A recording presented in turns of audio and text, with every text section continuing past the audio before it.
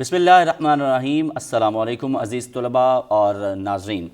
علامہ Iqbal open university کے F A سطح کے پروگرام کے ساتھ آپ کی خدمت میں حاضر ہیں۔ آج کی نشست میں ہم بات کریں گے کورس کوڈ 303 یعنی اقبالیات کے حوالے سے، اور آج ہمارا موضوع رہے گا اقبال اور نئی نسل۔ اور آج کی نشست میں ہم شامل کریں گے اقبال کی ان دو نظموں کو جو کہ آپ کے نصاب کا حصہ ہیں۔ پہلی نظم جو اقبال نے لکھی ایک نوجوان کے نام، اور دوسری نظم جو کہ آپ کے نصاب پہ موجود ہے جسے آج ہم شامل گفتگو کریں گے وہ ہیں خطاب با جوانان اسلام۔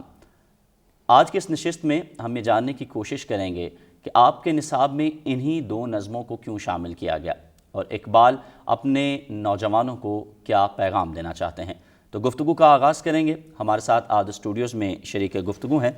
ماہر اقبالیات ہیں، شاعر ہیں، ناول نگار ہیں، محقق ہیں اور فکر اقبال پر بھی خصوصی نظر رکھتے ہیں۔ ڈاکٹر شیراز زیدی صاحب ہمارے ساتھ موجود ہیں۔ ڈاکٹر صاحب السلام علیکم۔ سب سے پہلے تو آغاز کرنا چاہوں گا کہ اقبال کی اگر ہم بات کریں تو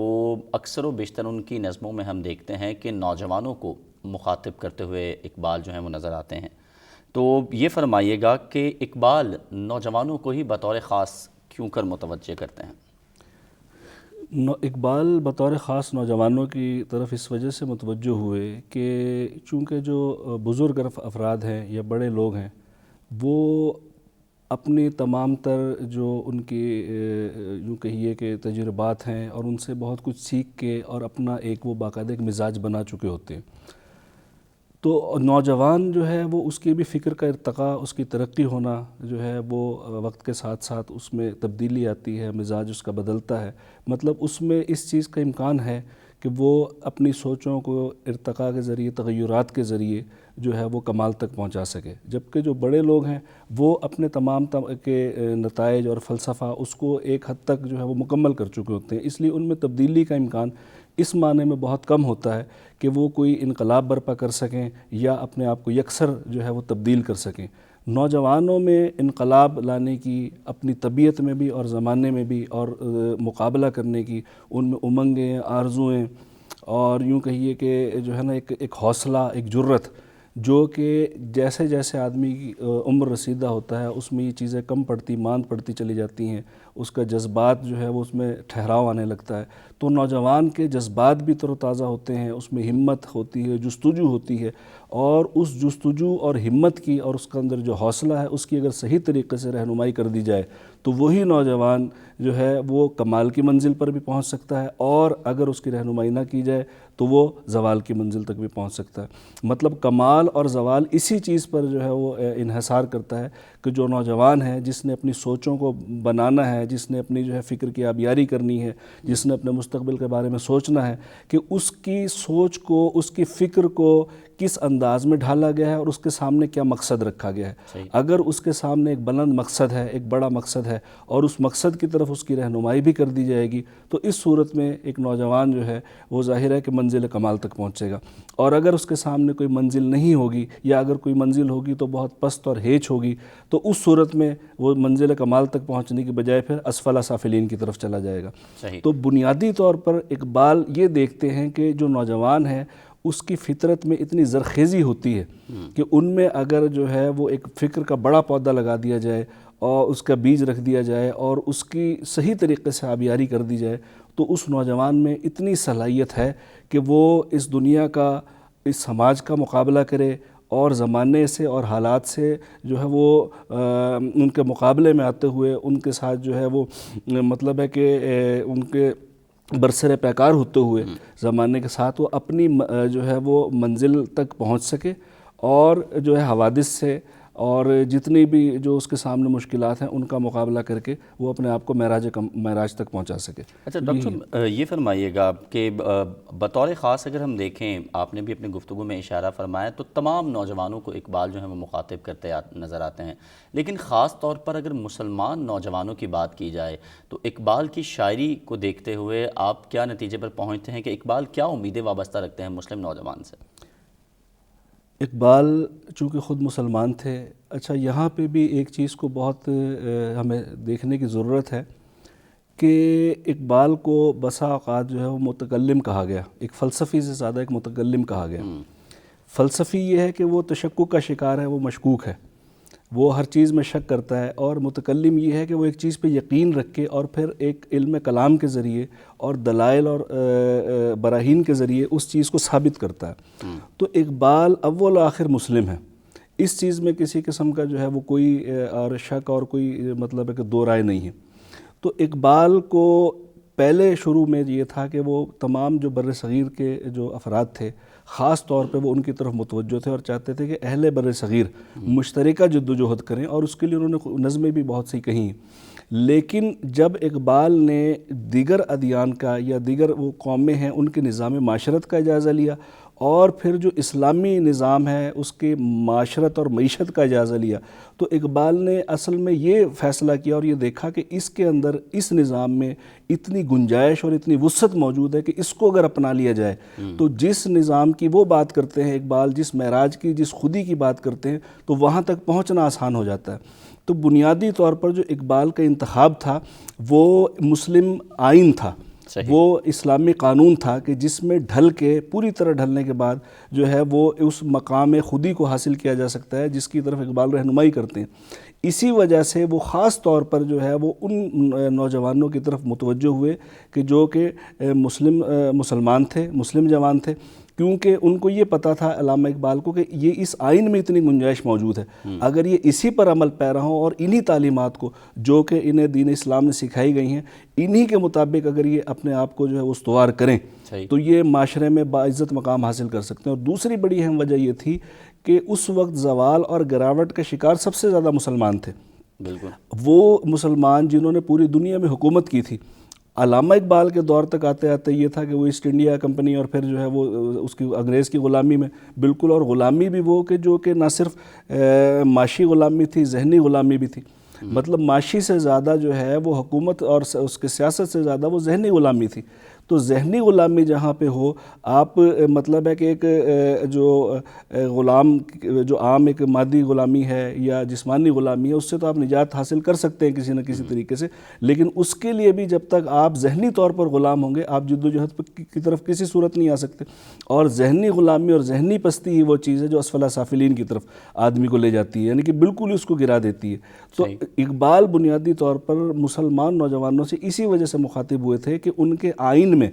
یہ گنجائش اور اس وسعت موجود ہے کہ وہ اس پر عمل پیرا ہو کے خاص طور پر انہی تعلیمات پر اپنے آپ کو استوار کر کے جن تعلیمات پر ان کے آباء و اجداد نے اپنے آپ کو استوار کیا تھا انہی کے مطابق عمل پیرا ہو کر جو ہے، کیونکہ مسلمانوں کے سامنے ایک پوری مثال موجود تھی، اور سب سے بڑی بات یہ کہ اسی جو بر صغیر ہے جس میں مسلمان جو غلام بن گئے تھے وہیں اسی میں انہوں نے اتنے سال جو ہے وہ سینکڑوں سال حکومت کی تھی۔ تو یہ ساری کی ساری مثالیں جو ہیں وہ تاریخ کی یعنی طلوع اسلام سے لے کے اور بعد تک آخر تک یعنی اقبال کے دور تک وہ ساری کی ساری مثالیں، وہ عروج و زوال، وہ سب کچھ ان کے سامنے تھا۔ اور یہ بھی اقبال جائزہ لے چکے تھے کہ آیا کہ وہ کون کون سی ایسی چیزیں تھیں، وہ کون کون سی ایسی کمیاں اور کوتاہیاں تھیں، خامیاں تھیں کہ جن کی وجہ سے مسلمان روبہ زوال ہوا ہے۔ تو ایک تو یہ تھا کہ ان کا جو وہ جو تھے توجہ وہ مکمل طور پر اسلام کی طرف ہو گئی، اور توجہ جب اسلام کی طرف ہوئی ہے تو انہوں نے ان لوگوں کی بجائے جو کہ اپنے آپ کو بالکل ایک اس میں ڈھال چکے تھے ایک سانچے میں اور جن میں تبدیلی کی کوئی گنجائش نہیں تھی، ان کی بجائے انہوں نے اس قوم کو، اس طبقے کو مخاطب کرنا زیادہ ضروری سمجھا کہ جو کہ اثر قبول کرتا ہے اور جس میں اتنی گنجائش موجود ہے کہ وہ اپنی جو ہے وہ طبیعت کو بدل سکتا ہے، اپنی عادتوں کو بدل سکتا ہے، یعنی کہ اس کی تربیت کی جا سکتی ہے۔ تو اسی وجہ سے خاص طور پر اقبال مسلمان نوجوانوں کی طرف متوجہ ہوئے۔ ٹھیک ہے ڈاکٹر صاحب، یہ فرمائیے گا کہ وہ کون سے حالات تھے؟ بعض جگہ پر ہم نے دیکھا کہ اقبال جب نوجوانوں کی کارکردگی کو دیکھتے تھے تو اس پہ افسردہ نظر آتے تھے، لیکن ایسے کیا حالات تھے کہ جو اقبال کو اس حوالے سے مایوس نہیں ہونے دیتے تھے؟ یہ بھی ایک بڑی اہم بات ہے، اور یہ بڑا آپ کا جو ہے اہم سوال ہے کہ آپ دیکھیں اقبال نہیں ہے نا امید اقبال اپنی کشت ویراں سے، ذرا نم ہو تو یہ مٹی بڑی زرخیز ہے ساقی۔ تو باوجود اس کے کہ اب آپ کے جو ہم نے جو دو نظموں کی بات کی ہے ان نظموں میں شکایات ہیں، یہ ابھی ہم ان پہ بات کریں گے انشاءاللہ، لیکن اس کے باوجود بھی، شکایات کے باوجود بھی اقبال پر امید نظر آتے ہیں اور ان کے پر امید نظر آنے کی ایک وجہ تو سب سے بڑی یہی ہے کہ وہ یہ دیکھتے ہیں کہ جس قوم نے جس کی تربیت جو ہے وہ گود میں جس کی آغوش میں ان کی تربیت ہو رہی ہے، اس آغوش کے اندر اتنی صلاحیت یہ ہے کہ اگر اس کی گرمائش ان کو ملے، یعنی وہ جو اسلامی ایک جو معاشرہ ہے اس کے خد و خال ہیں، اگر واقعی جو ہے وہ ان کو اس طریقے سے جو ایسے کہ ان تک پیغام پہنچنا چاہیے اس طریقے سے اگر ان کے اندر پیغام پہنچ جاتا ہے تو ان میں اتنی جو ہے وہ چنگاری موجود ہے کہ اس کو بس صرف ایک ہوا دینے کی ضرورت ہے کہ وہ کسی وقت بھی بھڑک کے شعلہ بن سکتی ہے۔ مطلب ان میں یہ دیکھتے تھے کہ صلاحیت موجود ہے، آگ موجود ہے، چنگاری موجود ہے، اس کو صرف اور صرف ہوا دینے کی ضرورت ہے۔ تو اس وجہ سے خاص طور پہ جو ہے، کیونکہ ایک تو یہ ہے کہ نا امید آدمی وہاں اس جگہ ہو جاتا ہے کہ جہاں وہ دیکھتا ہے کہ بنیاد ہی نہیں ہے، بالکل، لیکن وہ یہ دیکھتے تھے کہ بنیاد موجود ہے، ان کے اندر سب کچھ وہ ظاہر ہے کہ صلاحیتیں بھی موجود ہیں اللہ تعالیٰ نے دی ہیں، اور اس کے ساتھ ساتھ وہ قوانین اور قانون کہ جس کے تحت ان کی پرورش ہوئی ہے، اگرچہ یہ الگ بات ہے کہ اس میں اس طریقے سے اس کی گرمائش ان تک نہیں پہنچی، اس طریقے سے وہ پیغام ان تک نہیں پہنچا، لیکن ایک دبی ہوئی چنگاری ضرور موجود ہے کہ اگر اس کو ہوا دی جائے، اگر اس کو صحیح طریقے سے جو ہے وہ پیغام کو ان تک پہنچایا جائے اور ان کو نوجوانوں کو احساس دلایا جائے۔ اور خاص طور پہ بھی اس میں بھی آپ اقبال کو اگر آپ دیکھیں تو انہوں نے ماضی کی بھی بات کی ہے، ماضی کا احساس دلا کے خاص طور پہ وہ جو ہے نا نوجوانوں کو جیسے کہ کسی کے جذبات ابھارتے ہیں کہ دیکھیں تمہارے آباء و اجداد تو یہ تھے، تمہارے آباء و اجداد تو یہ تھے، انہوں نے یہ کیا، انہوں نے یہ کیا، انہوں نے یہ کیا، اور تم یہ کر رہے ہو، تمہارے ساتھ یہ ہے، تو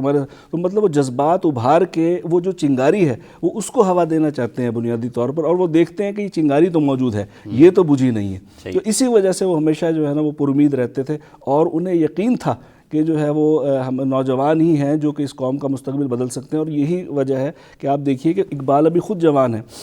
جب وہاں یورپ سے واپس آئے، اور یہ 1932 کی بات ہے کہ جب یہ جاوید نامہ چھپی ہے تو اس میں جو ہے وہ سخن باجوان نے بنزاد نو یا خطاب با جاوید کی 8 سال کی اس کی عمر ہے، اور اقبال ابھی آپ دیکھیں کہ خود بھی جوان ہے، اتنے وہ نہیں ہے کہ وہ آپ اس کو کہہ لیں، اور اس کے باوجود بھی آپ ان کی جو اقبال کی شاعری اور اس میں جو ان کو پیغام دیکھیں تو وہ جاوید وہاں پہ استعارہ ہے صحیح، تو وہ، اور سخن نزاد نو کے نام سے انہوں نے لکھ کے یہ باقاعدہ پیغام دیا ہے کہ میں یہ تمام جو مسلمان ہیں، تمام جو نوجوان ہیں، ان سے میں یہ مخاطب ہو رہا ہوں، ان کو میں اپنا پیغام پہنچانا چاہ رہا ہوں۔ تو یہ سارا، اور اسی طرح علی گڑھ جب وہاں سے آپ آئے ہیں 1908 میں، تو علی گڑھ کے طلباء کے نام سے انہوں نے ایک نظم لکھی، انہوں نے بھی اس میں کہ اوروں کا ہے پیام اور میرا پیام اور ہے، عشق کے دردمند کا طرز کلام اور ہے۔ تو وہاں پہ بھی جو ہے وہ اقبال نے مطلب ہے کہ وہیں سے جب وہ یورپ میں تھے تو انہوں نے جب یہ فیصلہ کیا کہ میں ظلمت شب میں لے کے نکلوں گا اپنے درماندہ کارواں کو، شرر فشاں ہوگی آہ میری نفس میرا شعلہ بار ہوگا، تو اس وقت وہ یہ فیصلہ بھی کر چکے تھے کہ مجھے جو اپنا روئے جو سخن ہے اور روئے تربیت ہے وہ کن کی طرف خاص طور پہ موڑنا ہے، کن سے مجھے خطاب کرنا ہے، اور کون ہے جو میری جو ہے اس کشتی کو جو کہ جو مجدھار میں پھنسی ہوئی ہے، یہ اسلام کی کشتی، یہ مسلمانوں کی کشتی، اس کو کون جو ہے وہ آگے لے کے جا سکتا ہے، کس کے سپرد مجھے کس پر یہ بوجھ ڈالنا ہے۔ تو وہ وہاں یہ پروگرام پورا مرتب کر چکے تھے، اور علی گڑھ میں کے طلباء کے نام جو ان کی نظم اوروں کا ہے پیام اور، یہ نظم اس بات کی گواہ ہے کہ وہ وہیں سے فیصلہ کر کے، جہاں انہوں نے خود ہی بیدار کرنے کا فیصلہ کیا تھا، جہاں انہوں نے یہ فیصلہ کیا تھا کہ میں رہنمائی کروں گا، وہیں وہ یہ بھی وہاں پہ فیصلہ کر کے آ گئے تھے کہ مجھے رہنمائی کن کی کرنی ہے۔ ٹھیک ہے ڈاکٹر صاحب، اب آ جاتے ہیں کہ اس یونٹ میں جو 2 نظمیں شامل ہیں، میں چاہوں گا کہ ہم فرداً ذرا اس پہ بات کر لیں۔ پہلی نظم جو ہے کہ خطاب با جوانان اسلام، اگر ہم اس نظم کی بات کریں تو اس نظم کے اندر اقبال نے جو نوجوانوں کو پیغام دیا ہے، جو چھپا ہوا ایک پیغام ہے، وہ کیا ہے؟ دیکھیے، یہ نظم علامہ اقبال نے انجمن حمایت اسلام کے ایک جلسے میں پڑھی تھی، اور یہ بانگ درا کے تیسرے حصے میں شامل ہے، اور یہ وہ حصہ ہے کہ جب اقبال کے تمام وہ اپنے بیشتر پیغامات پہنچا چکے تھے، اسرار خودی آ چکی تھی، رموز خودی آ چکی تھی، ان کا فلسفہ جو ہے وہ ایک پختہ ہو کے اور پوری وضاحت کے ساتھ پوری دنیا کے سامنے آ گیا تھا۔ اور اس میں انجمن حمایت اسلام کے ایک جلسے میں انہوں نے جو ہے وہ ایک چند قطعات کے ساتھ جو ہے وہ یہ نظم پڑھی تھی، 10-12 اشعار کی یہ نظم ہے، لیکن اس کا انداز اگر آپ دیکھیں تو وہ اس میں ایک شکوہ ہے، مسلمانوں سے شکوہ ہے، کیونکہ جب فرنگی تہذیب آئی ہے ہمارے ہاں تو اس میں 2 باتیں تھیں۔ ایک چیز تو بڑی مثبت تھی اور ایک پہلو بڑا منفی تھا، جس کی طرف اقبال شروع سے ہی جو ہے وہ متوجہ تھے اور وہ چاہتے تھے کہ اپنی قوم کو ہی متوجہ کریں۔ ایک پہلو تو اس کا تھا مادی اور ایک پہلو جو ہے وہ آپ یوں کہیں کہ اس کا تھا باطنی۔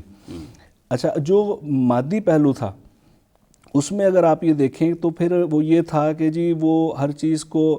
مطلب ہے اس کو مادے کے اس پہ پرکھنا ہے، وہی سچ ہے، وہی حقیقت ہے، وہی درست ہے کہ جو ہے مادے پہ مبنی ہے۔ جو کچھ بھی ہے مطلب ہے کہ دنیاوی ترقی اور وہ کسی کو بھی رون دینا، کسی طریقے سے بھی حاصل کرنا، اپنے مفادات کو ترجیح دینا، دوسرے کے حقوق کو پامال کرنا، جس طریقے سے بھی ہو اپنی ذات کو جو ہے وہ نمایاں کرنا، اپنی تہذیب کو نمایاں کرنا، دوسرے کو غلام بنانا، تو یہ چیزیں تھیں۔ اور دوسری جو چیز کا مثبت پہلو تھا جس کو آپ کہہ لیں کہ وہ ایک طریقے سے اس کا ایک باطن بھی تھا، وہ یہ تھا کہ اس کی تعلیمی ترقی، وہ اس کا علم، یعنی کہ یورپ نے جو کچھ بھی حاصل کیا تھا وہ اپنی تعلیم کی نظام تعلیم کی بدولت، لیکن اس نظام تعلیم میں بھی جو ہے وہ یہی دو چیزوں کی تفریق تھی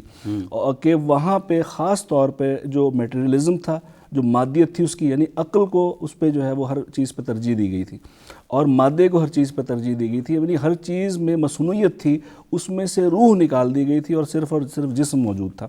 اچھا، اب جب یہی تہذیب یہی ہمارے ہاں جب آئی ہے تو یہاں پہ بھی دو طرح کا رد عمل ہوا۔ ایک تو یہ کہ کچھ لوگوں نے اس کو بالکل ہی رد کر دیا۔ اب جن لوگوں نے رد کر دیا ان میں ایک طبقہ جو ہے وہ یوں کہیں کہ وہ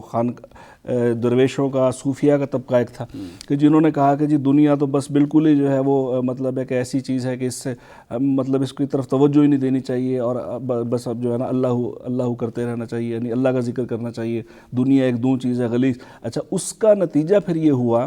کہ بے عملی پیدا ہوئی اور بے عملی کے نتیجے میں وہ جو دوسری قومیں تھیں وہ جو ہے وہ جنہوں نے اس کو اپنایا تھا، اس تعلیمی نظام کو، وہ اور زیادہ حاوی ہوتی چلی گئیں، وہ ترقی، حتیٰ کہ ہندو جو ہے وہ پہلے اس کی طرف راغب ہوئے تھے، وہ بھی مسلمانوں سے ترقی آگے کرتے چلے گئے۔ اچھا، دوسرا طبقہ جو ہے وہ ایک ایسا طبقہ پیدا ہو گیا تھا کہ انہوں نے اسی مغربی تعلیم کی چکا چوند میں اپنے آپ کو اتنا زیادہ رنگ لیا تھا کہ مطلب انہیں جو تہذیب تھی اس کی ہر چیز انہیں خوبی نظر آتی تھی، اس کی جو ہے میٹریلزم جو تھا، اس کی مادہ پرستی وہ بھی انہیں خوبی نظر آتی تھی اور اس کی جو مصنوعیت تھی وہ بھی انہیں خوبی نظر آتی تھی۔ مطلب ہے کہ جو کچھ مغربی تہذیب اپنے ساتھ لے کے آئی تھی وہ سب کچھ جو ہے وہ ان کو جو ہے وہ اچھا لگتا تھا،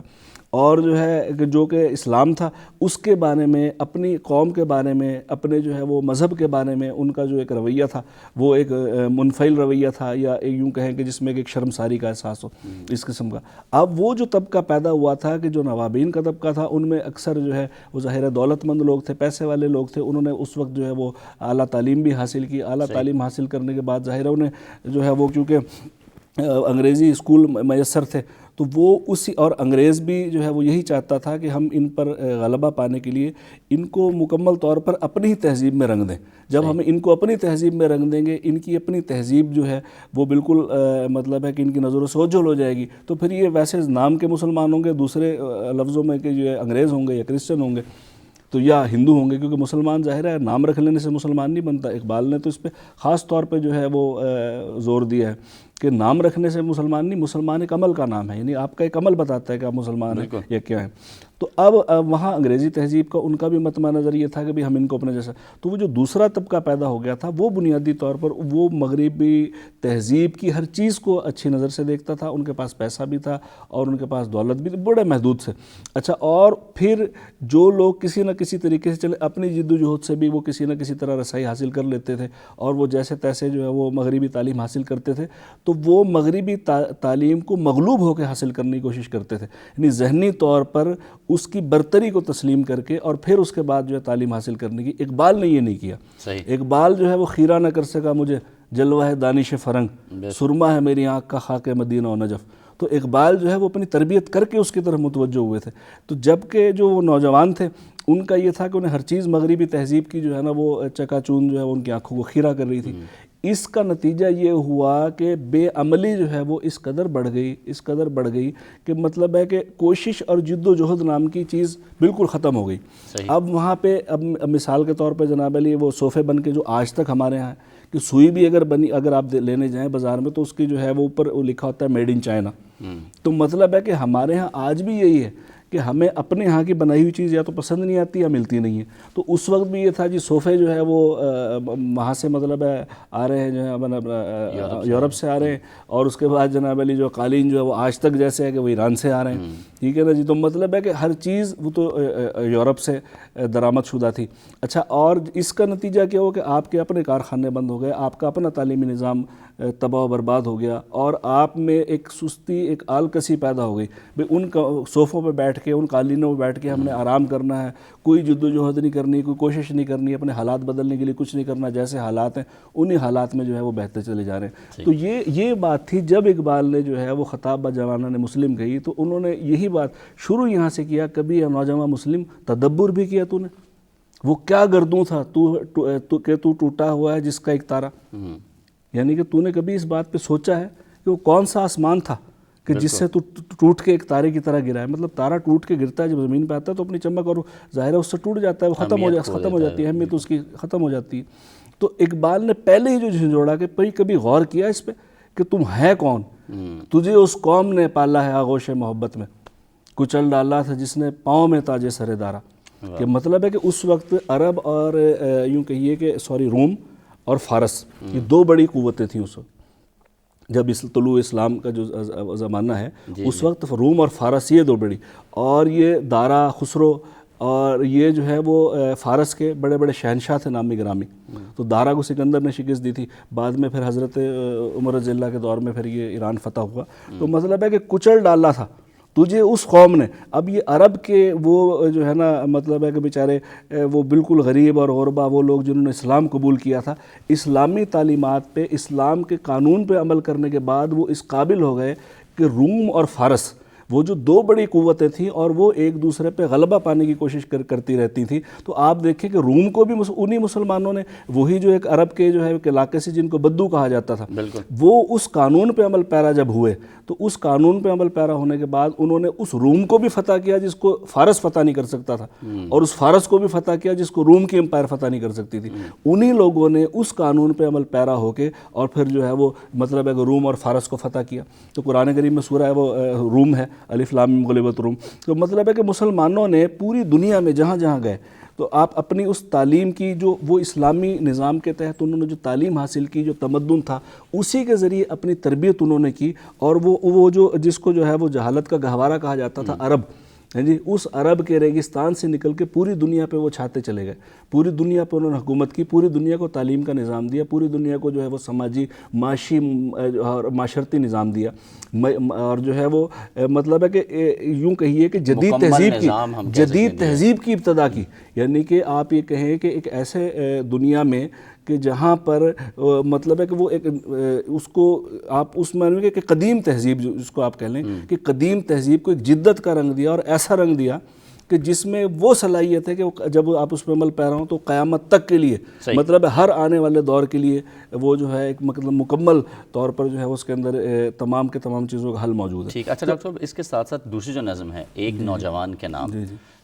اس میں بھی خاص طور پر میں چاہوں گا جو کہ مقطع اقبال نے اس کا لکھا کہ نہیں نشیمن تیرا قصر سلطانی کے تو شاہی ہیں بسیرا کر پہاڑوں کی چٹانوں پر. یہ بالکل, یہ میں آپ کو اس کا جواب, لیکن میں وہ پہلی نظم پہ صرف دو باتیں اور کہوں گا کہ اس کے دو شعر جو ہے نا وہ اور ہیں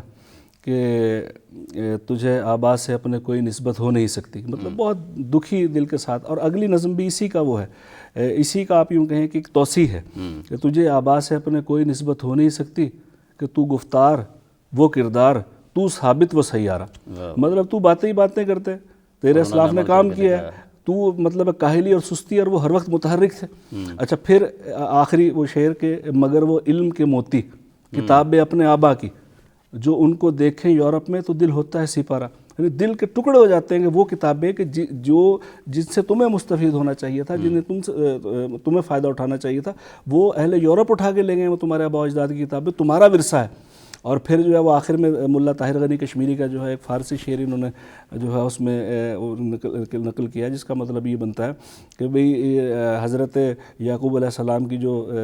تیرہ چشمی ہے یا ان کی جو نابینائی ہے, اس کا مطلب ہے وہ کتنی بدقسمتی کی بات ہے. اس کا ماجرا یہ ہے کہ ان کی جو آنکھوں کا جو نور ہے اس سے جو ہے وہ زلیخا جو ہے وہ اپنی آنکھیں روشن کر رہی ہے. تو مطلب ہے کہ یہ بہت دکھے دل کے. اور پھر اگلی جو یہ نظم ہے یہ ایک نوجوان کے بظاہر ایک نوجوان کو خاص نوجوان کو مخاطب کیا، لیکن اس پوری نظم میں بھی آپ اگر دیکھ لیں تو وہی بات ہے، وہی اقبال کو شکوہ ہے کہ اپنے آپ کو مکمل طور پر فرنگی تہذیب میں تم نے جو ہے نا اتنا رنگ دیا ہے، اتنا رنگ دیا ہے کہ مطلب ہے کہ تمہیں اس طرف غور کرنے کی فرصت ہی نہیں ملتی کہ تم میں کیا صلاحیتیں اور تم کیا کچھ کر سکتے ہو۔ تو اب آپ یہ دیکھیں کہ جی وہ یہ جو شروع ہو رہی ہے، تو یہ شروع کہاں سے ہو رہی ہے کہ جی تیرے صوفے ہیں فرنگی، بڑا مشہور شعر ہے، تیرے کالی ہیں ایرانی، لہو مجھ کو رلاتی ہے جوانوں کی تناسانی۔ تو اب یہاں کھل کے سے آپ نے بیان کر دیا کہ جو تہذیب آپ اس کو بالکل کاپی کر رہے ہاں، ہیں۔ تو مطلب ہے کہ یہ آپ یہ اسی کی توسیع ہے نا، تو مطلب یہ شکوہ ہے، یہ دونوں نظمیں آپ کہیے کہ شکوہ ہیں کہ تیرے صوفے ہیں فرنگی۔ مطلب ہے کہ اس میں دو باتیں ہیں، ایک بات تو یہ کہ تم نے اپنے آپ کو اس جو تمہیں چیزیں بنی بنائی مل رہی ہیں وہ آرام دہ چیزیں، تم نے اپنے آپ کو انتہائی آرام دہ بنا لیا ہے۔ صحیح۔ اور دوسری بات یہ اس میں یہ پیغام بھی ہے کہ تمہاری صنعتیں تباہ ہو کے رہ گئی، تم خود کام کرتے ہی نہیں ہو، کہتے ہو جی ہمیں بنی بنائی چیزیں مل جائیں اور ہمیں جو ہے وہ عیش و عشرت کے لیے سامان میسر آ جائے جو ہمیں سستی اور کاہلی کی طرف راغب کر دے۔ شکوہ خسروی اگر حاصل، شکوہ خسروی کیا ہے جی کہ عمارت کیا شکوہ خسروی بھی ہو اگر حاصل، نہ زور حیدری تجھ میں نہ استغنائے سلمانی،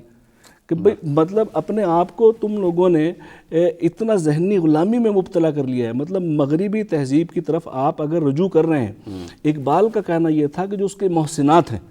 کیونکہ اسلام کا اصول ہے کہ جو محسنات ہیں، اس کے جو اچھی چیزیں ہیں ان چیزوں کو آپ لیجئے، اور جو بری چیزیں ہیں جو اس کے قبائح ہیں ان کو رد کر دیجئے۔ تو یہ تنقیدی صلاحیت یہ آدمی میں اسی وقت پیدا ہوتی ہے جب وہ اپنی خودی کو پہچان لیتا ہے۔ صحیح۔ تو جب یہ تنقیدی صلاحیتیں جو ہے وہ آدمی میں پیدا ہو جاتی ہیں اپنے آپ کو، تو پھر وہ ذہنی غلامی کا شکار نہیں ہوتا، ذہنی پستی کا شکار نہیں ہوتا۔ تو بنیادی طور پر وہ اقبال یہی کہ بھئی تم میں دو چیزیں ہونی چاہیے، ایک تو یہ ہے کہ تم میں جو ہے زور حیدری ہونا چاہیے، کیونکہ شذرات فکر اقبال وہ اسٹے آف ریفلیکشنز کے نام سے اقبال کے جو ہے وہ خیالات کے کچھ ٹکڑے مرتب ہوئے ہیں، ان میں اقبال نے کہا کہ مذہب جو ہے وہ بغیر زور کے محض ایک فلسفہ ہے۔ صحیح۔ اگر اس میں عمل نہیں ہے تو وہ ایک فلسفہ ہے ظاہر، اور کچھ بھی نہیں ہے تو عمل سے ہے۔ تو زور حیدری چاہیے، مطلب ہے تمہیں عمل کرنے کی قوت اور جوش اور عشق چاہیے، اور استغنا مطلب ہے کہ تم بے نیاز ہو جاؤ دنیا سے، کہ وہ مطلب ہے تو اب وہ جو آپ نے بات کی تھی، نہیں تیرا نشیمن کا سر سلطانی گنبد میں، تو شاہین ہے بسیرا کر پہاڑوں کی چٹانوں میں، تو اس میں وہ شاہین کی طرف کہ بھئی اس میں جو انہوں نے اوصاف ظفر احمد صدیقی کے نام خط میں بیان کیے تھے شاہین کے، تو وہ چاہتے ہیں کہ ان میں یہ پیدا ہو جائے، بلند نظری پیدا ہو جائے ان میں جو ہے، اور وہ جو ہے مطلب ہے کہ یہ کسی ایک مقام کے قید میں نہ رہیں، اور ان میں جو ہے وہ بلند پرواز کا جذبہ پیدا ہو جائے، ٹھیک ہے نا، اپنے شکار کو خود مار کے کھانا جیسا کہ عقاب کا وہ ہے۔ تو مطلب اپنے منزل پر پہنچنے کے لیے جد و جہد کریں، جستجو کریں کاہلی کا اور اس کا، تو مطلب یہ انہیں بتانا چاہا ہے اقبال نے کہ مقام تمہارا یہ ہے، تمہارا مقام یہ نہیں ہے کہ تم ذہنی پستی کا شکار ہو جاؤ، سستی اور آلکسی کا شکار ہو جاؤ، تو تم طائر لاہوتی ہو۔ ٹھیک ہے، بہت بہت شکریہ ڈاکٹر شیراز زادی صاحب۔ گو کہ تشنگی ابھی بہت سے موضوعات پہ ایسی ہی باقی ہے، اور یہ اتنی سیر حاصل گفتگو رہی آپ کے ساتھ کہ بالکل وقت کا جو ہے وہ اندازہ ہی نہیں ہوا، لیکن ناظرین محترم اور عزیز طلباء، امید کرتے ہیں کہ ڈاکٹر صاحب نے ان دونوں نظموں کے حوالے سے جو اپنے اقبال کے افکار جو ہیں ان کو بیان کرنے کی کوشش کی ہے، آپ اس سے مستفید ہوئے ہوں گے۔ آج کی نشست سے اتنا ہی، اپنے میزبان ایاز اسلم کو اجازت دیجیے، اللہ نگہبان۔